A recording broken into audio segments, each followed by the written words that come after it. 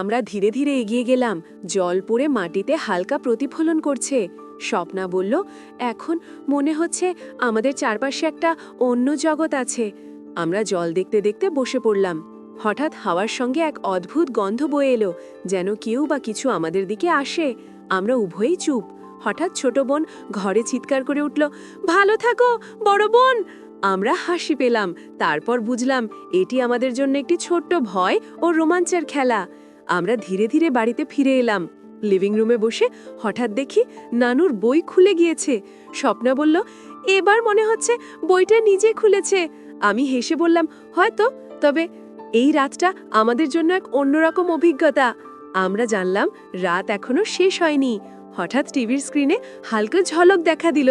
আমরা দুজন একসাথে লাফ দিয়ে উঠলাম, কিন্তু টিভি বন্ধ ছিল।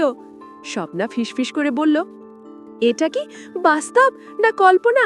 আমি হাত ধরে বললাম, আমরা একে অপরের সঙ্গে আছি, তাই ভয় পেও না। রাতভর আমরা একে অপরের চোখে চেয়ে গল্প করছিলাম, ছোট ছোট রোমাঞ্চ এবং রহস্য নিয়ে কল্পনা করছিলাম।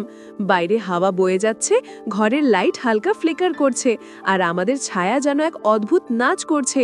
আমরা জানতাম এই রাত আমাদের জীবনে একটি নতুন অধ্যায় তৈরি করছে। প্রতিটি ছায়া, প্রতিটি শব্দ, প্রতিটি আলো আমাদের বন্ধনকে আরো গভীর করে তুলছে। রাত শেষে আমরা জানলাম বাবা মা না থাকলেও এই 15 দিনের মধ্যে আমরা একে অপরের চোখে নতুন গল্প খুঁজে পেতে যাচ্ছি। প্রতিটি রাত, প্রতিটি অদ্ভুত ঘটনা, প্রতিটি ছোট্ট ভয় আমাদের মধ্যে রোমাঞ্চ এবং আবেগের বন্ধন তৈরি করছে।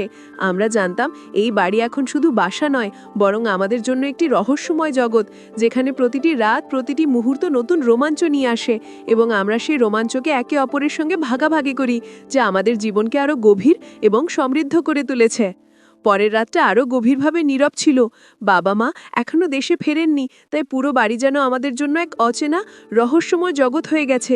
আমরা স্বপ্নার সঙ্গে লিভিং রুমে বসে বাইরে থেকে ভেসে আসা হাওয়া, কুয়াশা আর দূরের ফোয়ারা দেখছিলাম। হঠাৎ মাটিতে পড়ে থাকা একটি ছবি বইয়ে চোখ পড়ল। স্বপ্না কৌতূহল নিয়ে তাকালো, এই ছবি আগে কি এমন অবস্থায় ছিল?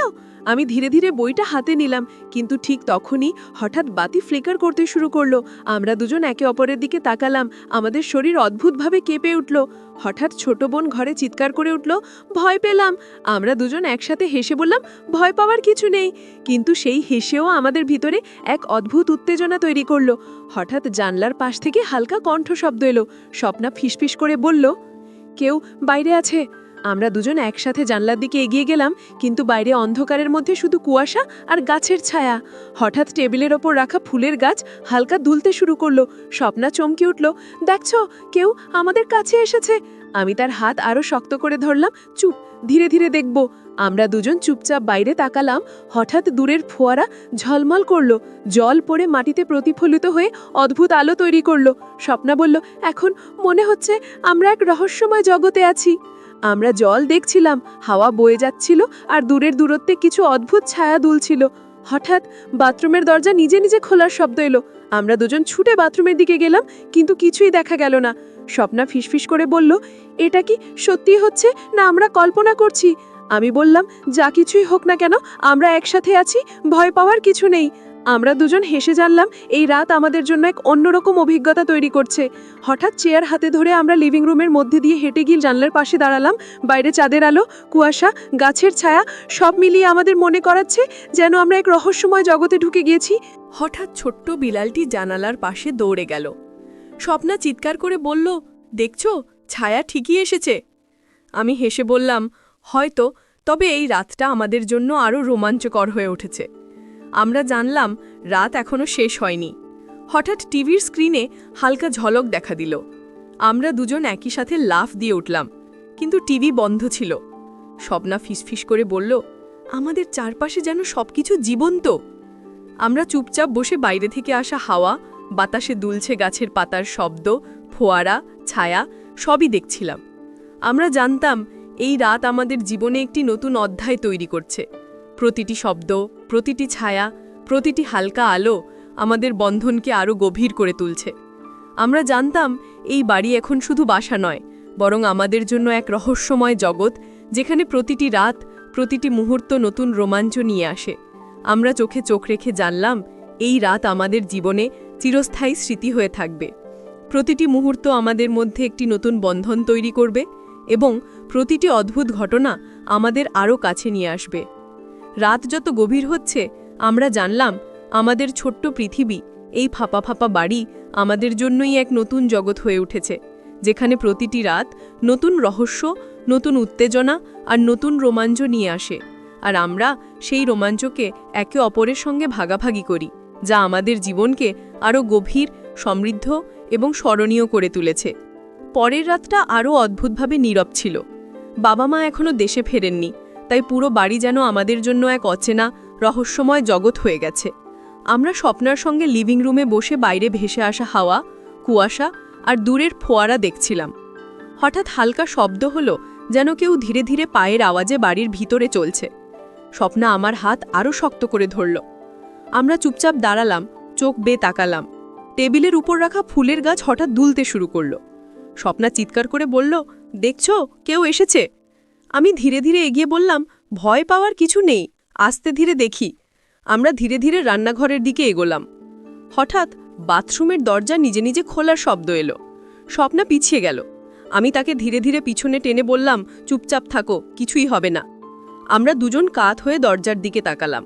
হঠাৎ হাওয়ার সঙ্গে হালকা আলো ঝলমল করল, যেন কেউ ল্যাম্প বা লাইট হাতে হেঁটে যাচ্ছে।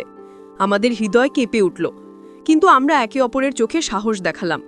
হঠাৎ ছোট্ট বোন ঘরে এসে বলল, ভয় পেলাম। আমরা দুজন হেসে বললাম, ভয় পাওয়ার কিছু নেই। কিন্তু ভিতরে ভয় আর উত্তেজনার মিশ্রণ এক অদ্ভুত অনুভূতি তৈরি করল। আমরা জানলাম রাত এখনো শেষ হয়নি। হঠাৎ টিভির স্ক্রিনে হালকা ঝলক দেখা দিল। আমরা দুজন একই সাথে লাফ দিয়ে উঠলাম, কিন্তু টিভি বন্ধ ছিল। স্বপ্না ফিসফিস করে বলল, আমাদের চারপাশে যেন সবকিছু জীবন্ত। আমরা চুপচাপ বসে বাইরে থেকে আসা হাওয়া, বাতাসে দুলছে গাছের পাতার শব্দ, ফোয়ারা, ছায়া সবই দেখছিলাম। হঠাৎ জানালার বাইরে অদ্ভুত ছায়া দুলতে লাগলো। আমরা দুজন জানালা খুলে তাতালাম। চাঁদের আলো কুয়াশার সঙ্গে মিশে ছায়াকে আরও অদ্ভুত করে তুলছে। স্বপ্না বলল, দেখছো, এটা সত্যিই অদ্ভুত। আমি মাথা নাড়লাম, হ্যাঁ, কিন্তু আমরা একে অপরের সঙ্গে আছি, তাই ভয় নেই। আমরা জানলাম রাতটা আমাদের জন্য এক অন্যরকম অভিজ্ঞতা তৈরি করছে। প্রতিটি শব্দ, প্রতিটি ছায়া, প্রতিটি হালকা আলো আমাদের বন্ধনকে আরও গভীর করে তুলছে। হঠাৎ নিচের দিকে এক অদ্ভুত কণ্ঠস্বর এলো। আমরা দুজন একে অপরের দিকে তাকালাম, চোখে ভয় আর উত্তেজনার মিশ্রণ। স্বপ্না ফিসফিস করে বলল, আমরা কি বাইরে বের হয়ে দেখি? আমি ধীরে ধীরে বললাম, হ্যাঁ, তবে একসাথে। আমরা ধীরে ধীরে জানালা খুলে বাইরে নেমে এলাম। রাস্তায় অন্ধকার, কুয়াশা, হাওয়া আর দূরের ফোয়ারা মিলিয়ে এক রহস্যময় জগৎ তৈরি করেছে। হঠাৎ এক অদ্ভুত ছায়া আমাদের পাশে চলে এলো। আমরা দুজন চুপচাপ তাকালাম। ছায়া ধীরে ধীরে কাছাকাছি এলো এবং হঠাৎ ছোট্ট বিড়ালটি আমাদের সামনে খেলতে শুরু করলো। স্বপ্না হেসে বলল, দেখছো, সব ভয় ভুল ছিল, তবে এই ভয়টাই রাতকে আরও মজাদার করেছে। আমরা দুজন হাসি পেলাম। রাতে এই অদ্ভুত ঘটনাগুলো আমাদের মনে এক নতুন রোমাঞ্চ তৈরি করল। আমরা জানলাম রাত এখনো শেষ হয়নি। হাওয়া বয়ে যাচ্ছে, ঘরের লাইট ফ্লিকার করছে, আমাদের ছায়া দুলছে, আর এই সব কিছু মিলিয়ে রাতের রহস্য আমাদের জীবনে নতুন অধ্যায় তৈরি করছে। আমরা জানলাম এই বাড়ি এখন শুধু বাসা নয়, বরং আমাদের জন্য এক রহস্যময় জগৎ, যেখানে প্রতিটি রাত, প্রতিটি মুহূর্ত নতুন রোমাঞ্চ নিয়ে আসে। প্রতিটি শব্দ, প্রতিটি ছায়া আমাদের বন্ধনকে আরও গভীর করে তুলছে। আর আমরা জানলাম এই ছোট্ট পৃথিবী, এই ফাঁপা ফাঁপা বাড়ি আমাদের জন্যই এক নতুন জগৎ হয়ে উঠেছে, যেখানে প্রতিটি রাত নতুন রহস্য, নতুন উত্তেজনা আর নতুন রোমাঞ্চ নিয়ে আসে। আর আমরা সেই রোমাঞ্চকে একে অপরের সঙ্গে ভাগাভাগি করি, যা আমাদের জীবনকে আরও গভীর, সমৃদ্ধ এবং স্মরণীয় করে তুলেছে।